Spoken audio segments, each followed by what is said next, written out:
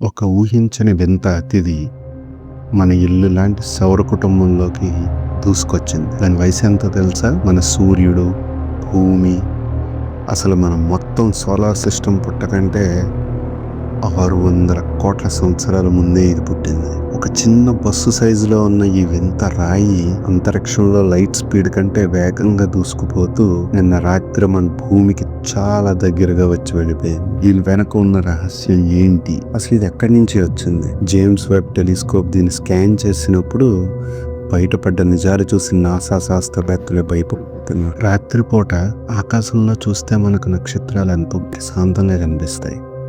కానీ అదే ఆకాశం నుంచి నిశ్శబ్దంగా ఒక భయంకరమైన వస్తువు మన వైపు దూసుకొచ్చింది. ఒక పెద్ద స్పోర్ట్స్ స్టేడియం అంత పరిణామంలో ఉన్న ఈ ఖగోళ వస్తువు పేరు 3I అట్లాస్. ఇది మన పక్కింటి చుట్టంగా ఎక్కడో కోట్ల కాంతి సంవత్సరాల దూరంలో ఉన్న ఒక అపరిచిత నక్షత్ర మండలం నుండి ఊడిపడింది. సాధారణంగా ఏదైనా గ్రహశకలం వస్తే సైంటిస్టులు ముందే పసిగడతారు. కానీ ఇది ఒక దొంగల చీకట్లో దాక్కుంటూ వచ్చింది. దీని వేగం ఎంతో తెలుసా? ఒక బుల్లెట్ ట్రైన్ కంటే 1,00,000 రెట్లు వేగంగా దూసుకుపోతుంది. అంటే మీరు కంటి రెప్ప వేసే లోపు ఇది ఒక నగరాన్ని దాటి. అమెరికాలోని నాసా శాస్త్రవేత్తలు జేమ్స్ వెబ్ టెలిస్కోప్ని దీని వైపు తిప్పినప్పుడు అసలు కథ మొదలైంది. సాధారణ తోక చుక్కలు మంచుతో నల్లటి భూమితో, కానీ ఈ 3I అట్లాస్ చుట్టూ ఒక వింతైన ఆకుపచ్చని వాయువు కమ్ముకుని ఉంది.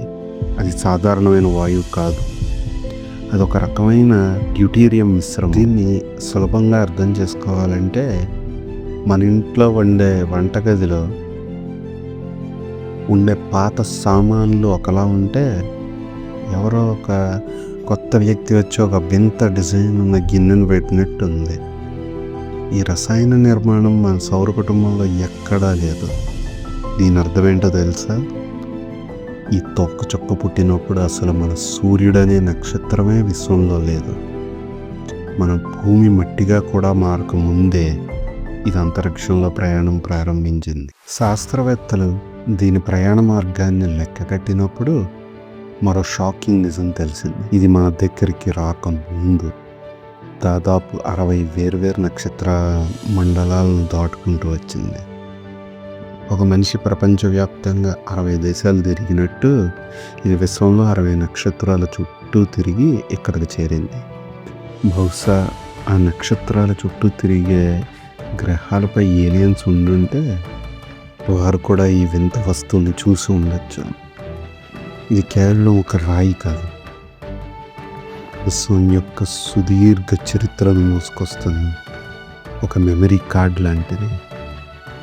కాలవనే మహాసముద్రంలో కొట్టుకుంటూ వచ్చిన ఈ ప్రాచీన వస్తువు మనకేదో చెప్పడానికి ప్రయత్నిస్తుంది. ఇప్పుడు ఈ 1200 కోట్ల ఏళ్ల నాటి యాత్రికుడు మన సూర్యుడి గురుత్వాకర్షణ శక్తి దాటుకుని మళ్ళీ అనంతమైన చీకటి అంతరిక్షంలోకి వెళ్ళిపోతుంది. ఇది మళ్ళీ మన జీవితంలో తిరిగి రాదు. అసలు మానవ జాతి చరిత్రలోనే దీన్ని మరెవరూ చూడలేరు. మన సూర్యుడు కూడా ఒకరోజు ముసలివాడైపోయి నశించిపోతాడు. కానీ ఈ తోకచుక్క మాత్రం విశ్వం ఉన్నంత వరకు ఇలాగే ప్రయాణిస్తూనే ఉంటుంది. ఈ అనంత విశ్వంలో మనం ఎంత చిన్నవాళ్ళమో, మన ఉనికి ఎంత అల్పమైనదో ఈ ఒక్క వింత వస్తువు మనకు గుర్తు చేస్తుంది.